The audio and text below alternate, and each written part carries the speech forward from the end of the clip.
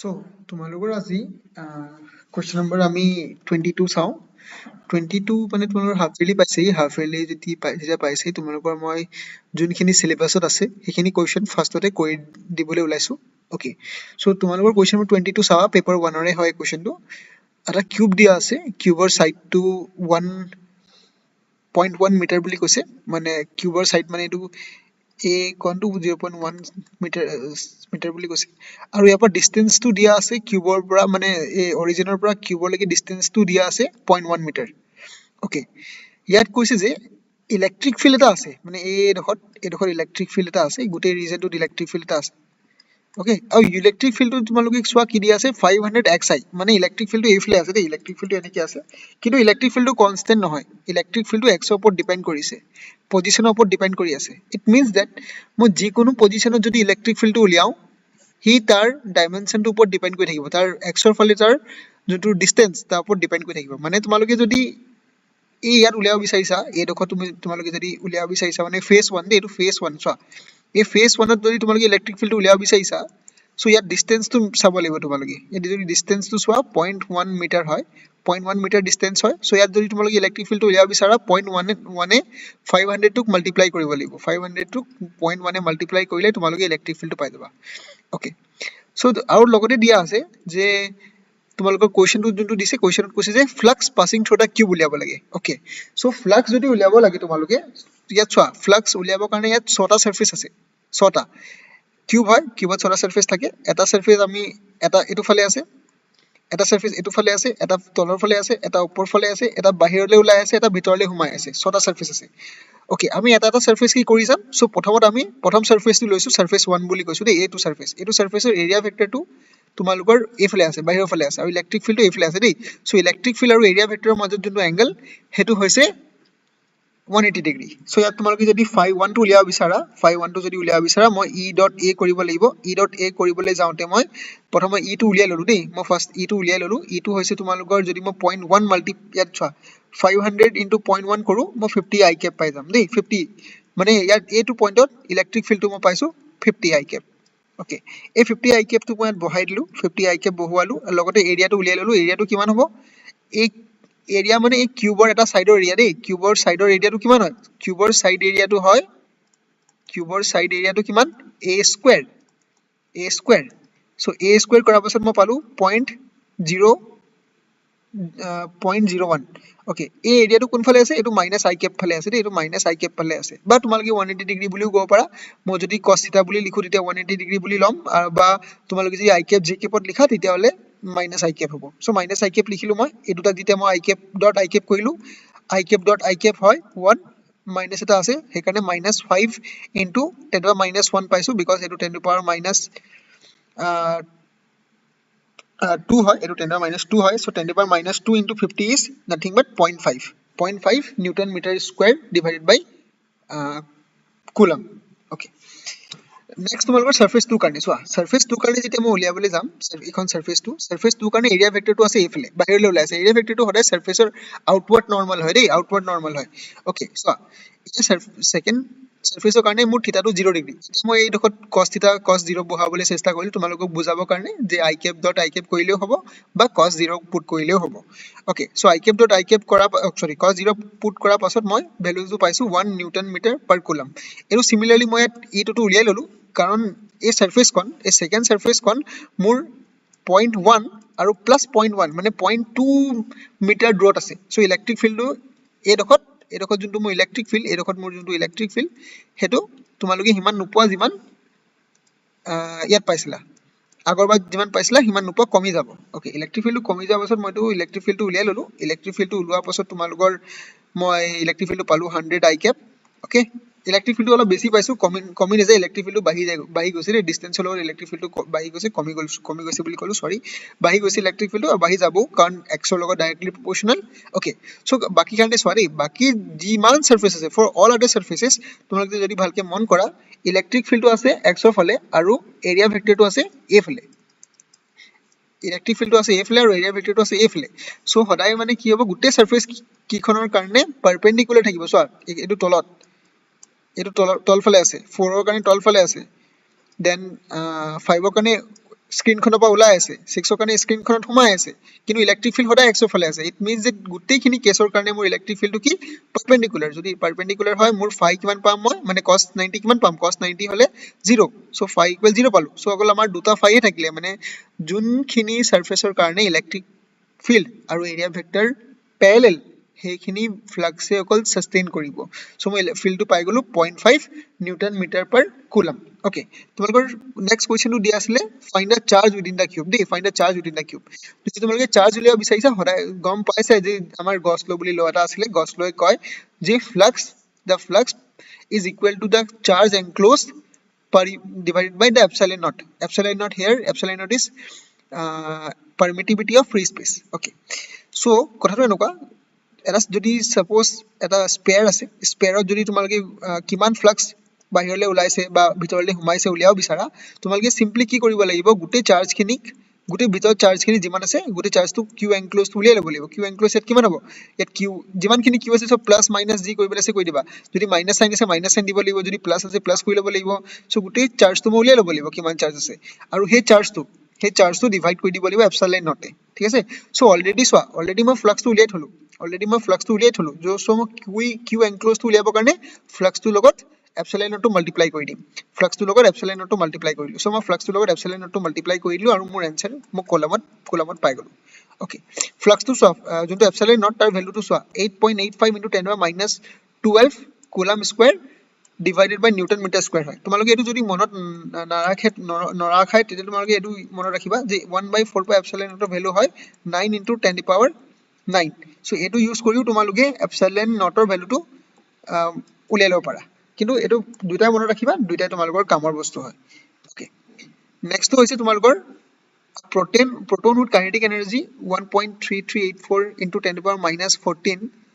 joule moving horizontally from north to south enters a uniform magnetic field of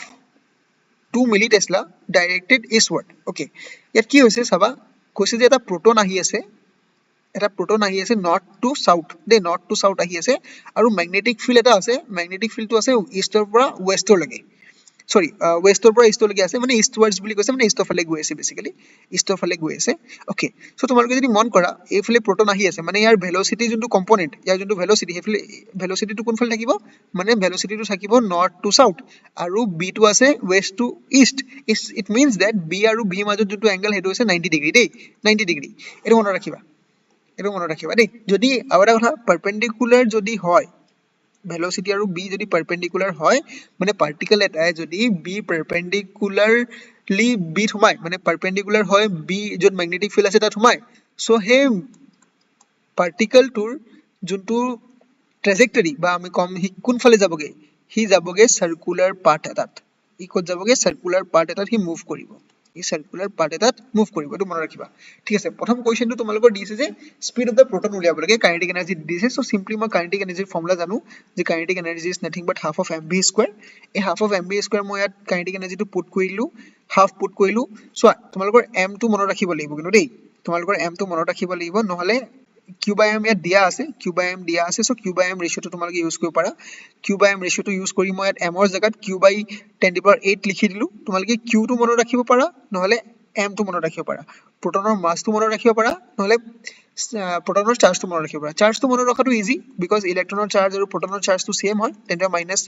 × 10⁻19 coulomb হয়, আৰু প্ৰটনৰ মাছটো তোমালোকৰ 1.67 × 10⁻24 গ্ৰাম হয়। চ' এই বস্তুখিনি মনত ৰাখিব পাৰা। ইয়াত মই কি কৰিলোঁ, কিউ বাই এম ৰেচিঅ'টো যেতিয়া দিয়া আছিলে মোক, 10⁸8 বুলি দিয়া আছিলে, চ' ইয়াৰ পৰা মই এমটো উলিয়াই ল'লোঁ, এম ইজ নাথিং বাট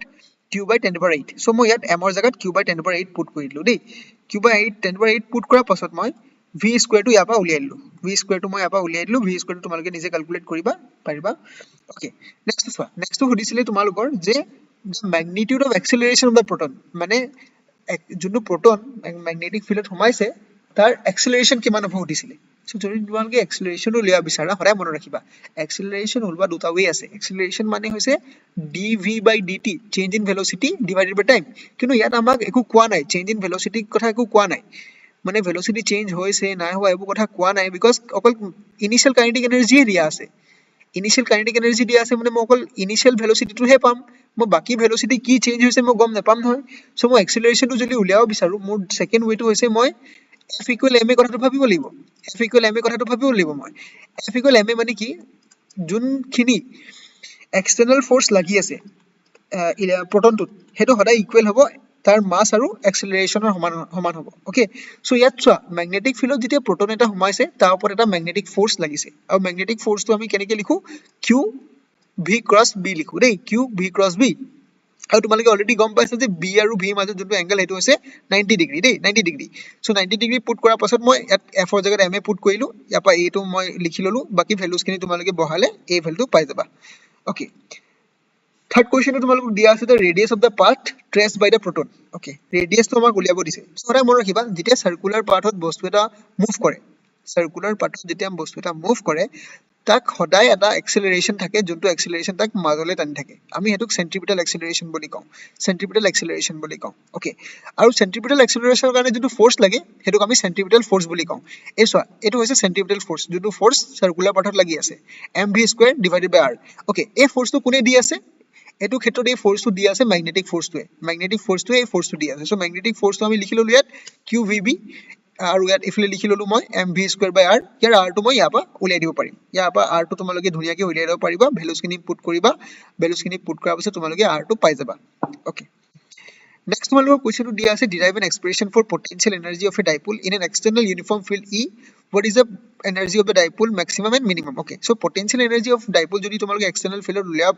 বিচাৰা, তোমালোকে কিন্তু কথা এটা মনত ৰাখিবা যে আমি ৱৰ্ক ডান যদি উলিয়াব বিচাৰোঁ, মানে আমি কি উলিয়াব বিচাৰিছোঁ, এনাৰ্জি উলিয়াব বিচাৰিছোঁ। Energy is nothing but work done দেই। চ' ৱৰ্ক ডানৰ ফৰ্মুলা সদায় মনত ৰাখিবা যে ফ'ৰ্চ ডট ডিছপ্লেচমেণ্ট, মানে এফ ডট ডি হয় দেই, এফ ডট ডি হয়, মনত ৰাখিবা সদায়। এইটো যদি মনত থাকে তেতিয়া তোমালোকৰ মনত পৰি যাব যে কেনেকৈ উলিয়াব লাগে। চোৱা যেতিয়া মই এক্সটাৰ্নেল ফিল্ড এখনত ডাইপোল এটা থৈ দিম, ডাইপোল থোৱা মানে কি, ডাইপোল মানে এটা two charges, opposite charges separated by a small distance, এইটো হৈছে ডাইপোল। চ' ডাইপোল এটাক যেতিয়া মই এখন ইলেক্ট্ৰিক ফিল্ডত থৈ দিম, তাৰ যোনটো ফ'ৰ্চ লাগিব, মানে চোৱা ইয়াত এনেকে ফ'ৰ্চ এটা লাগিব, ইয়াত এনেকে ফ'ৰ্চ এটা লাগিব, আৰু টোটেল চাবলৈ গ'লে ফ'ৰ্চটো এনেও জিৰ' হৈ থাকিব সদায়। কিন্তু ই কি হ'ব, ইলেক্ট্ৰিক ফিল্ডত ৰ'টেট হ'ব, ই ওপৰলৈ নাযায়, ই তললৈ নাযায়, কাৰণ এইফালে আৰু এইফালে যোনটো ফ'ৰ্চ লাগি এইটো কেঞ্চেল আউট হৈ যাব। সি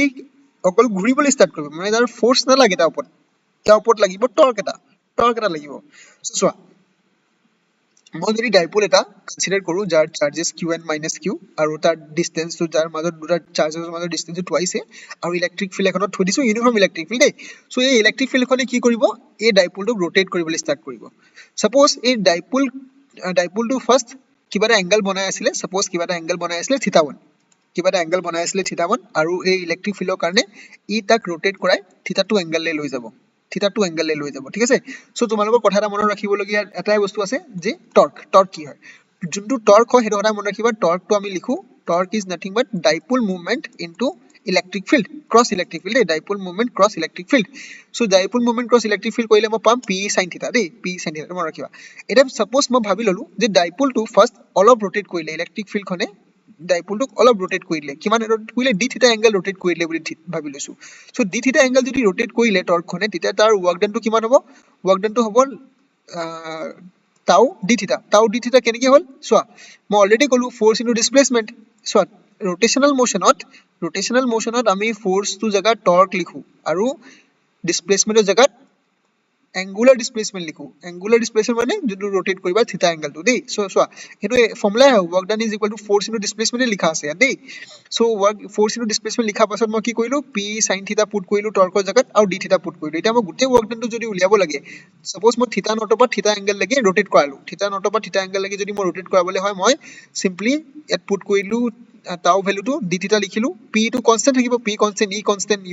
ই ইউনিফৰ্ম হয়, আৰু পি কনষ্টেণ্ট সদায় থাকিবই, বিকজ চাৰ্জেছখিনি সদায় একে থাকিব, ডিষ্টেঞ্চটো সিহঁতৰ মাজত একে থাকিব। চ' পিটো মই বাহিৰলৈ উলিয়াই দিলোঁ। এতিয়া কি কৰিম, মই ইণ্টিগ্ৰেট কৰিলোঁ চাইন থিতাটোক ইণ্টিগ্ৰেট কৰিলে মই মাইনাছ কছ থিতা পালোঁ, আৰু যোনখিনি লিমিট সেইখিনি মই থিতা নট আৰু থিতাটো লিখি লৈছোঁ। তাৰপিছত মই কি কৰিম, চিম্পলি লিমিটছখিনি বহাই দিম, লিমিটছখিনি বহোৱাৰ পিছত মই কছ থিতা নট মাইনাছ কছ থিতা পাই গ'লোঁ। চ' এই এনাৰ্জিটো একচুৱেলি কি হ'ব, পটেনচিয়েল এনাৰ্জি হিচাপে ষ্ট'ৰ হৈ থাকি যাব। কাৰ ভিতৰত থাকি যাব, ডাইপোলটোৰ ভিতৰত। অ'কে, ডাইপোলটোৰ ভিতৰত থকাৰ পাছত চোৱা আমি ভাবি ল'লোঁ যে ডাইপোলটো যেতিয়া আমি ৰোটেট কৰাবলৈ ষ্টাৰ্ট কৰিম, সদায় ডাইপোলটো এনেকে আছে বুলি ধৰি লৈছোঁ দেই। মানে কি এংগেল বনাই আছে ইলেক্ট্ৰিক ফিল্ডৰ লগত 90 ডিগ্ৰী বনাই আছে যাতে মই ইয়াত যোনটো থিটা নট যোনটো প্ৰথম এটো আছিলে cos থিটা নট হেতু মই 0 বুলি ধৰি লব পাৰো সো cos থিটা নটক মই 0 বুলি ধৰি ললো cos থিটা নটক 0 বুলি ধৰি মই পটেনশিয়াল এনাৰ্জি যোনটো এক্সপ্ৰেছন হেতুক মই লিখিছো - p e cos থিটা যোনটো আমি লিখিব পাৰো - p dot e ওকে এটো তোমালোকৰ হৈ গল expression for potential energy of a dipole in an uniform external field okay এটা এই বস্তুটো ম্যাক্সিমাম কেতিয়া হ'ব মিনিমাম কেতিয়া হ'ব চাবা দেই ম্যাক্সিমাম কেতিয়া হ'ব আৰু মিনিমাম কেতিয়া হ'ব ম্যাক্সিমাম হ'বলে এই মাইনাস সাইনটো মই আঁতৰাব লাগিব এই মাইনাস সাইনটো মই আঁতৰাব লাগিব এই মাইনাস সাইনটো মই আঁতৰাব লাগিব দেই সো এই থিটা জায়গাত মই এনেকুৱা কি বহাম যাতে এই মাইনাস সাইনটো আঁতৰি যায় এই থিটা জায়গাত যদি মই 180 ডিগ্ৰী বহাও তেতিয়া cos 180 ডিগ্ৰী -1 ওলাই যাব ইট মিন্স দ্যাট মই যদি এন্টি প্যাৰেলাল কে থৈ দিও ডাইপোলটো যদি ডাইপোল মোমেন্টটো যদি মই এন্টি প্যাৰেলাল কে থাকে মানে চোৱা কথাটো সিম্পল ইলেক্ট্ৰিক ফিল্ড যেতিয়া এনেকে তুমি লিখিছা ইলেক্ট্ৰিক ফিল্ড যেতিয়া এনেকে আঁকিছা ইট মিন্স দ্যাট এই ডখত মোৰ পজিটিভ চাৰ্জ হ'ব লাগিব এই ডখত মোৰ নেগেটিভ চাৰ্জ হ'ব লাগিব কাৰণ সদায় ইলেক্ট্ৰিক ফিল্ডটো পজিটিভ চাৰ্জৰ পৰা ওলাই আৰু নেগেটিভ ফিল্ডত গৈ সোমাইগে সো ইয়াত পজিটিভ চাৰ্জ এটা বিল্ড হৈ গ'ল ইয়াত নেগেটিভ চাৰ্জ এটা বিল্ড হৈ গ'ল সো মই যেতিয়া ডাইপোলটো থম সাপোজ মই ডাইপোলটো এনেকে থলো দেই এটো এটা চাৰ্জ ডাইপোলৰ এটো q বুলি কলা এটো q বুলি কলা সো ডাইপোল মোমেন্ট এইফালে আছে ডাইপোল মোমেন্ট এইফালে আছে চোৱা ডাইপোলটো যদি ডাইপোল মোমেন্ট এনেকে আছে ই কি কৰিব চাবা দেই এই ইলেক্ট্ৰিক ফিল্ড খনে এই ডাইপোলক ৰোটেট কৰা এইফালে লৈ আনিব মানে ডাইপোলটোৰ চোৱা এটো পজিটিভ এটো নেগেটিভ কিন্তু এনেকে এটো নহব ইয়াৰ এটো পজিটিভটো সদায় কি কৰিব ইলেক্ট্ৰিক ফিল্ড খনে এইফালে লৈ আনিব মানে মাইনাসৰ ফালে লৈ আনিব আৰু নেগেটিভটোক এইফালে লৈ আনিব so it means that dipole মোমেন্টটো সদায় ইলেক্ট্ৰিক ফিল্ডৰ সাইডত হ'ব লাগিব তেতিয়াহে ই শান্তিকে থাকিব নহলে ই শান্তিকে থাকিব নোৱাৰে ইলেক্ট্ৰিক ফিল্ড খনে তাক ৰোটেট কৰাই দিব আকৌ সো মই কি ভাবিছো যে 180 ডিগ্ৰী যদি হয় থিটাটো তেতিয়া মই ম্যাক্সিমাম পটেনশিয়াল এনাৰ্জি পাম বিকজ তেতিয়াহে সবতকৈ বেছি ৰোটেট কৰিব উল্টাকে যদি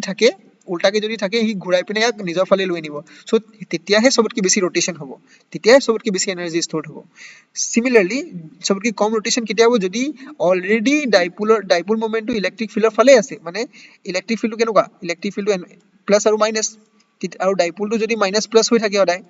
মানে ডাইপোলটো এনেকে সো ইয়াত একো নহয় প্লাস আৰু মাইনাস লগত আছে মাইনাস আৰু প্লাস লগত আছে ধুনীয়াকে শান্তিকে বহি থাকিব এটো হৈছে মিনিমাম পটেনশিয়াল এনাৰ্জি যোনটো কন্ডিশন মানে প্যাৰেলাল হৈ থাকিব লাগিব আৰু এটো কেছত এন্টি প্যাৰেলাল হৈ থাকিব লাগিব ওকে তোমালোকৰ এটা কোৱেশ্চন দিয়া আছিল নেক্সট ইয়াতে দিয়া আছে যে ইলেক্ট্ৰিক ডাইপোল এটা দিছে যোনটো চাৰ্জ দুটা আছে -1 পিকো কলম আৰু 1 পিকো কলম ক'ত হৈছে at 0 position থৈছে আৰু 3 mm 4 mm থৈছে in the xy plane electric field দি দিছে 1000 volt per metre i cap ইয়াক যদি মই সুইচ অন কৰো মোক টৰ্কটো উলিয়াব দিছে সো টৰ্কৰ ফৰ্মুলা তোমালোকে অলৰেডি গম পালা টৰ্কৰ ফৰ্মুলা হৈছে p cross e সো মই কি কৰিম চোৱা দিন ধুনীয়াকে ইয়াত ভাবি লবা এইটো হৈছে 0 পজিশন ইয়াত চাৰ্জ এটা থৈ দিলো -q ইয়াত থৈছে দেই -q is 1 পিকো কলমটো ইয়াত থৈছে আৰু q is 1 পিকো কলমটো ইয়াত থৈছে ওকে ইয়াত থোৱা পাছত এটো কি হয় এটো 4,3 এটো সৰি 3,4 হয় দেই 3,4 হয় সো এটা চোৱা ডাইপোলটো মোৰ এনেকে আছে সাপোজ মই এই এংগেলটো থিটা বুলি কৈ ললো ঠিক আছে সো এটা মই টৰ্কটো জানো মই যে p sin থিটা হয় দেই p cross e হয় বা p sin থিটা বুলি ক'ব পাৰা সো p টো কি হয় p টো হয় q into twice আৰু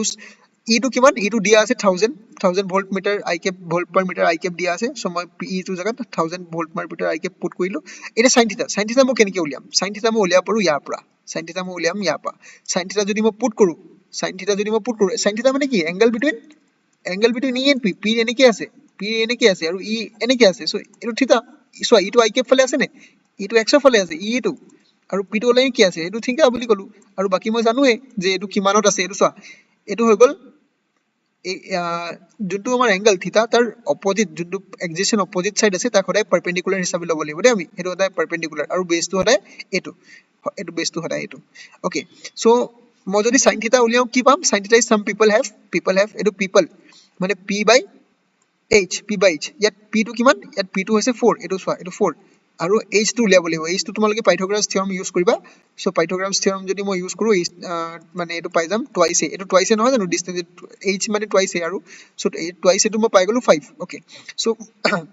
sin থিটা টো মই পাই গলো 4/5 সো 4/5 ইয়াত বহাই দিলো সো মোৰ টৰ্কটো তেনেকে ওলাই যাব তোমালোকে বাকি mm দিয়া আছে হেতু তোমালোকে মিটাৰলে কনভাৰ্ট কৰি লবা মিটাৰলে কনভাৰ্ট কৰিলে 10^-3 আহি যাব বাকিখিনি তোমালোকে বহাই দিলে आंसर পাই যাবা ওকে নেক্সট কোৱেশ্চন দিয়া আছে তোমালোকক যে ইলেক্ট্ৰিক ডাইপোল এটা আছে ডাইপোল ডাইপোলটোৰ এটো দি দিছে কোনফালে আছে আই ফালে আছে দেই ডাইপোল মোমেন্টটো এনেকে আছে মানে ইয়াত মাইনাস টু এফালে আছে প্লাস টু ইয়াত আছে সেই তেতিয়াহে P to minus to plus আমি দেখাও দে সদায় ডাইপোল মোমেন্ট সদায় মাইনাস টু প্লাস থাকে আৰু ইয়াত দুটা চাৰ্জেছ আছে এটা মাইনাস কিউ এটা প্লাস কিউ গম পাইছে থাকিবই ডিসটেন্সটো টুৱাইছে বুলি কৈছে দুটা মাজতে আৰু এক্স এক্সিছৰ অলঙত প্লেস কৰি থৈ দিছে দেই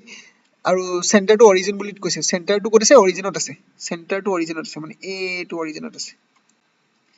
হিৰো সেন্টাৰটো অৰিজিনত আছে এটো অৰিজিনত আছে সো অৰিজিনত থাকক না থাকক আমাৰ ইমান মতলব নাই আমাৰ বস্তুটো আমি গম পালে হল আৰু এক্স ডিসটেন্সত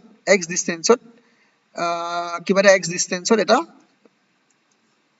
আমি ডাইপোলৰ কাৰণে পটেনশিয়েলটো উলিয়াব লাগে এক্স ডিসটেন্সত ডাইপোলটোৰ কাৰণে মোৰ পটেনশিয়েলটো উলিয়াব লাগে সো সাপোজ মই কিবা এটা ডিসটেন্সত পইণ্ট এটা লৈ লৈছো এক্স ডিসটেন্সত পইণ্ট এটা লৈ লৈছো ইয়াৰ পৰা এক্স ডিসটেন্সত মই পইণ্ট এটা লৈ ল'ব লাগিব ইয়াৰ পৰা এক্স ডিসটেন্সত মই পইণ্টটো লৈ ললো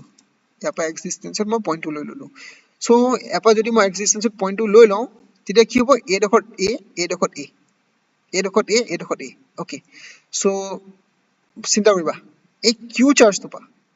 চাৰ্জটো পা x পইণ্টটো কিমান দূৰ হ'ব কিউ চাৰ্জটো পা x পইণ্টটো কিমান দূৰ হ'ব আৰু মাইনাস কিউ পইণ্টটো পা x চাৰ্জটো কিমান দূৰ হ'ব প্ৰথমে চাবা মাইনাস কিউ পা x পইণ্টটো কিমান দূৰ হ'ব মাইনাস কিউ পা যদি ভালকে চোৱা এটো a প্লাস ইয়াৰ পৰা x ন ইয়াৰ পৰা x আছিলে সো a প্লাস x হ'ব সিম্পলি চাবলৈ গলে ইয়াৰ লাগি a তাৰপিছত x a প্লাস x হ'ব সো এটো 2 নালাগে এটো a প্লাস x হ'ব বা x প্লাস a বুলি লিখিছো 2 নালাগে ওকে নেক্সট চোৱা নেক্সটটো কৈছে নেক্সটটো আমাৰ কি লাগিব কিউ পা কিমান ইয়াৰ পৰা যদি x হয় গুটেটো আৰু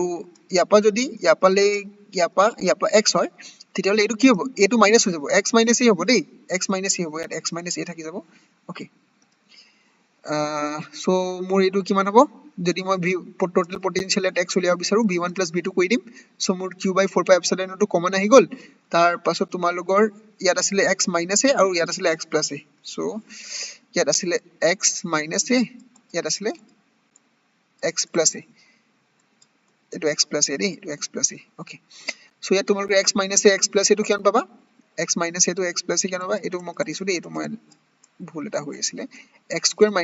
a² পাবা x² - a² পাবা আৰু ওপৰত পাবা তোমালোকে x + a - x + a x cancel যাবগে ওপৰত থাকিব টুৱাইস a আৰু তলত থাকিব x² - a² ওকে সো যদি x কোৱেশ্চনত দিয়া আছে যে x is very very greater than a যদি very very greater than a হয় তেতিয়া হলে a² টো মই নেগলেক্ট কৰিব পাৰিম দেই a² টো মই নেগলেক্ট কৰি দিব পাৰিম a² টো মই নেগলেক্ট কৰি দিব পাৰিম a² টো যদি মই নেগলেক্ট কৰি দিও মই পাম twice a by x² আৰু চোৱা q এটো পাই যাম ইয়াত পাই যাম ঠিক আছে নেক্সট চোৱা নেক্সট কি পালো ওপৰত আছে q twice a আৰু তলত আছে 4 pi epsilon x² so q আৰু twice a কি হয় q * twice a কি হয় p হয় p নহয় জানো ডাইপোল মোমেন্ট হয় সো ডাইপোল মোমেন্টটো মই বহাই দিলো সো আমাৰ যোনটো উলিয়াব দিছিলে আমাক আমি পাই গলো বস্তুটো ওকে next question দিছিলে তোমালোকক যে two isolated metallic spheres s1 and s2 of radii 1 cm and 3 cm respectively are charged such that they have the same charge density ta dia ase 2 by pi into 10 to the power -9 coulomb per meter square and they are placed far away from each other and connected by thin wire calculate the new charge on the sphere s1 okay so তোমালোকক দুটা spare দিয়া আছে এটা spare এটো আৰু এটা spare এটো ইয়াৰ ৰেডিয়াস টো দিয়া আছে 1 cm ইয়াৰ ৰেডিয়াস টো দিয়া আছে 3 cm আৰু দুইটাতে সেম চাৰ্জ ডেনসিটি দি দিছে দেই সেম চাৰ্জ ডেনসিটি দিছে sigma is equal to 2 by pi into 10 to the power -9 so same charge density দিলেও দুইটাতে চার্জ একে না থাকে because এর ডাইমেনশনস বেলেগ বেলেগ কারণ আমি জানো যে sigma is q by a মানে এরিয়া উপর ডিপেন্ড করে sigma টো যার এরিয়া ডাঙৰ তাৰ sigma টো ডিপেন্ড নকৰিব আমি q টো চাও q is sigma a so যাৰ এৰিয়া ডাঙৰ তাৰ q ডাঙৰ হ'ব আৰু যাৰ এৰিয়া সৰু তাৰ q সৰু হ'ব সিগমা টোৰ ওপৰত ডিপেন্ড নকৰে সো সিগমা টো যদি সেম দিয়া আছে মই এৰিয়াটো চাব লাগিব কাৰ কিমান চাৰ্জ আছে সো প্ৰথম কামটো হ'ল যে মোৰ চাৰ্জটো উলিয়াই লোৱা ইয়াৰ ওপৰত চাৰ্জটো কিমান যাব ইয়াৰ ওপৰত কিমান চাৰ্জ যাব মই এটা উলিয়াই ল'ব লাগিব সো ফাৰ্স্ট মই চাৰ্জেস খিনি উলিয়াই ললো চাৰ্জেস খিনি কেনেকৈ উলিয়ালো sigma is equal to q1 divided by a1 কৰিলো সো প্ৰথমত q1 টো উলিয়াই ললো সিগমা 1 a1 কৰি sigma 1 বুলি ক'ব নালাগে কাৰণ sigma টো sigma হয় okay so 2 by pi into 10 to the power -19 আৰু এৰিয়া টো উলিয়াবৰ কাৰণে স্পেয়াৰৰ এৰিয়াটো মই 4 pi r² বুলি জানো so 4 pi r² পুট কৰি দিলো আৰু pi pi কেনসেল হৈ গল 4a 4 into 2 8 কৰি দিলো আৰু r স্কয়াৰ জাগাত মই লিখিছো 10^-2 because 1 cm দিয়া আছিল তাক মই মিটাৰত কনভাৰ্ট কৰি simply 10^-2 স্কয়াৰ কৰি দিলো সো মই 8 into 10^-13 কুলম পালো ওকে নেক্সট তোমালোকে q22 উলিয়াবা সিমিলাৰলি q22 উলিয়াই ললা এতিয়া চোৱা এতিয়া যেতিয়া মই দুটা স্পেয়াৰক এটা থিন ওয়্যাৰে জয়েন কৰি দিম তেতিয়া কি হ'ব যত বেছি চাৰ্জ আছে সেই চাৰ্জেস খিনি কম চাৰ্জ থকা স্পেয়াৰটোলৈ গুচি যাব এটা চোৱা চাৰ্জ কত বেছি আছে q2 চাৰ্জটো বেছি আছে 72 আছে ইয়াত আৰু ইয়াত 8 আছিল करेक्ट सो 72 কুলমৰ পৰা মানে q2 to q1 পৰা মানে s1 স্পেয়াৰৰ পৰা s2 স্পেয়াৰৰ পৰা s1 স্পেয়াৰলৈ চাৰ্জ খিনি ট্ৰান্সফাৰ হ'ব কেতিয়ালৈকে ট্ৰান্সফাৰ হ'ব যেতিয়ালৈকে ইয়াৰ পটেনশিয়েল সমান হৈ নাযায় ইয়াৰ পটেনশিয়েল সমান হৈ যেতিয়ালৈকে নাযায় তেতিয়ালৈকে চাৰ্জ ট্ৰান্সফাৰ হৈ থাকিব সো আমি গম পাম যে আফটাৰ মানে সব চাৰ্জটো ট্ৰান্সফাৰ হোৱাৰ পাছত কি হ'ব যেতিয়া পটেনশিয়েল সমান হৈ যাব তেতিয়া কি হ'ব v1 v2 হৈ যাব প্ৰথমে কি আছিল প্ৰথমে চাৰ্জ বেলেগ আছিল সো পটেনশিয়েলও বেলেগ থাকিব চাৰ্জ বেলেগ আছিল পটেনশিয়েলও বেলেগ থাকিব চেইন ওয়্যাৰটো কানেক্ট কৰি দিয়াৰ পাছত কি হ'ব পটেনশিয়েলও সমান হৈ যাব ঠিক আছে সো পটেনশিয়েল খিনি আমি লিখি লওঁ পটেনশিয়েল আমি জানো কিমান হয় potential is nothing but 1/4 pi epsilon naught q by r আৰু a 1/4 pi epsilon naught k বুলি লিখো আমি দেই সো মই ইয়াত লিখিছো k q1 dash by r1 q1 dash to কি হয় q1 dash to হৈছে নতুন চাৰ্জ অন দা স্পেয়াৰ আৰু q2 dash to নতুন charge on the s2 spare so মই এটো q1 dash divided by r1 equal k q2 dash divided by r2 ইয়াৰ পৰা তোমালোকে যদি দেখা q cancel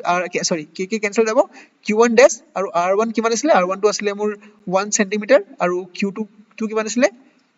radius to 3 into 10^-2 so ইয়াত মই ইয়াৰ পৰা কি ওলাই গল মোৰ q2 is nothing but 3 q1 dash ওলাই গল ওকে নেক্সট পইণ্টটো কি তোমালোকে আৰু এটা পইণ্ট মনত ৰাখিব লাগিব যে সদায় চাৰ্জটো কি হয় কনজাৰ্ভড হয় চাৰ্জটো কোনো হেৰাই নাযায় আগৰ চাৰ্জ যিমান আছিল পাছতো চাৰ্জ সিমানেই থাকিব সো যদি মই ফাৰ্ষ্টত ভাবি লওঁ যে দুটা স্পেয়াৰত মিলাই ইমান চাৰ্জ আছিল q1 + q2 পাছত নতুন q1 + q2 সমান হ'ব লাগিব দেই সো প্ৰথমত যদি q1 + q2 তোমালোকে চোৱা কিমান পাবা ইয়াত 8 পাইছিলা ইয়াত 72 পাইছিলা সো 80 হ'ব 80 into 10^-13 কুলম থাকি যাব আৰু q1 লিখিলো মই ইয়াত আৰু q2 জাগাত মই লিখি দিলো ইয়াৰ পৰা যে মই পালো q1 dash লিখিলো ইয়াৰ পৰা q1 টো উলিয়াই দিলো q1 টো মই পালো 20 into 10^-13 কুলম ওকে সো তোমালোকে এনেকৈ এই কোৱেশ্চনটো সলভ কৰিব পাৰা এনেকুৱা কোৱেশ্চন তোমালোকৰ এক্সামত শিওৰলি আহিব ঠিক আছে তোমালোকে বাকিখিনি মই নেক্সট সোনকালে আপলোড কৰিম